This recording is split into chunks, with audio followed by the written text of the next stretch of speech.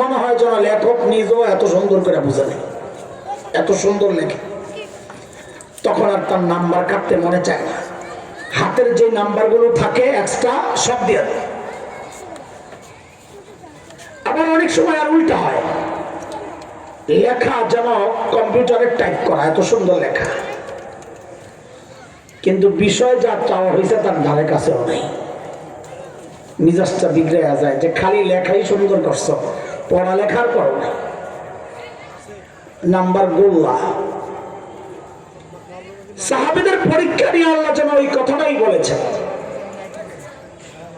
যে বিষয় দারুণ লেখস, দারুণ কোর্স, কিছু বানান ভুলের মতো টুকটাক ছোটখাটো কিছু ভুল টুল যা হয়েছে, আল্লাহ বলেন যেহেতু সাবজেক্ট পুরো ঠিক আছে, লাহুম মাগফিরা, ছোটখাটো ভুলগুলো আমি আল্লাহ মাফ করে দিলাম। পোড়া কপাল, এমন পোড়া কপালও আছে যারা সাহাবীদেরকে নিয়ে সমালোচনা করে। আরে এইটাও তো ভূমিকম্পের একটা কারণ। ওয়ালানা আখিরু হাযিহিল উম্মাহ ওয়ালাহা, এই উম্মতের শেষ ভাগের মানুষ শুরুর মানুষগুলোকে তাচ্ছিল্য করবে, লানত করবে, ভর্ৎসনা দিবে, ইমামদেরকে নিয়ে যা তা কথা বলবে, ইমামে আবু হানিফা কি জানে, এইরকম বলার মতো মানুষও আছে এই জমিনে। তো ভূমিকম্প আসবে না কেন? খবরদার, আল্লাহ যাদেরকে মাফ করেছেন তাদেরকে নিয়ে কথা বলা এটা নিজের কলবের নষ্ট কলবের প্রমাণ ছাড়া কিছু না।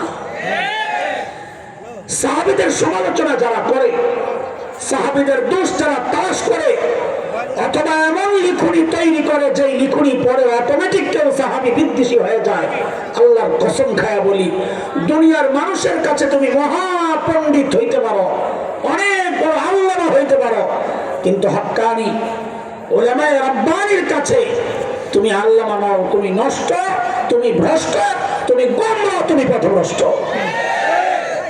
আল্লাহ যাদেরকে মাফ করেছেন তুমি কথা বলো নাকি? তো বলেন আমাদের আমলকে কাদের সাথে মিলাইতে হবে? একটু তাড়াতাড়ি কম, কাদের সাথে মিলাবো? তো ইনশাআল্লাহ। বলে হুজুর কষ্ট করে যদি মিল্লা যায় তো আল্লাহ কি দিবেন আগে এটা শুনে লই, তো এটা পোষাইব কিনা চেষ্টাটা করুন, যে পোষণ লাগবো না। বলেন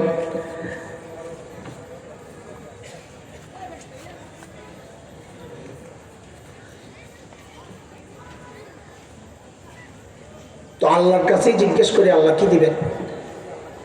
সূরা তাওবা 100 নম্বর আয়াত, 11 নম্বর পারার 2য় পৃষ্ঠা, হাফিজে কোরআন শরীফের। আল্লাহ বলেন সাহাবীদের সাথে যাদের আমল মিলে যাবে কিয়ামত পর্যন্ত, তো সাহাবীদেরকে যা দিছি তোমাদেরকেও তাই দিয়ে দিন। কি দিছেন সাহাবীদেরকে? বলে 2 জিনিস। এক হচ্ছে স্বীকৃতি, ওদেরকে জানাইয়া দিছি আমি ওদের উপর রাজি হয়ে গেছি। কিয়ামত পর্যন্ত যাদের আমল সাহাবীর আমলের সাথে মিলবে তাকেও জানাইয়া দিচ্ছি আমি তার উপরও রাজি হয়ে যাব। আর বলে ওদের জন্য আমি জান্নাত তৈরি করে রাখছি সাহাবীদের জন্য। কিয়ামত পর্যন্ত যাদের আমল সাহাবীর আমলের সাথে মিলবে আমি তার জন্য জান্নাত তৈরি করে রাখবো। কার কথা এটা? বলে আল্লাহ বলতেছে والسابقون الأولون من المهاجرين والأنصار والذين اتبعوهم بإحسان رضي الله عنهم ورضوا عنه وأعد لهم جنات تجري تحتها الأنهار خالدين فيها أبدا ذلك الفوز العظيم।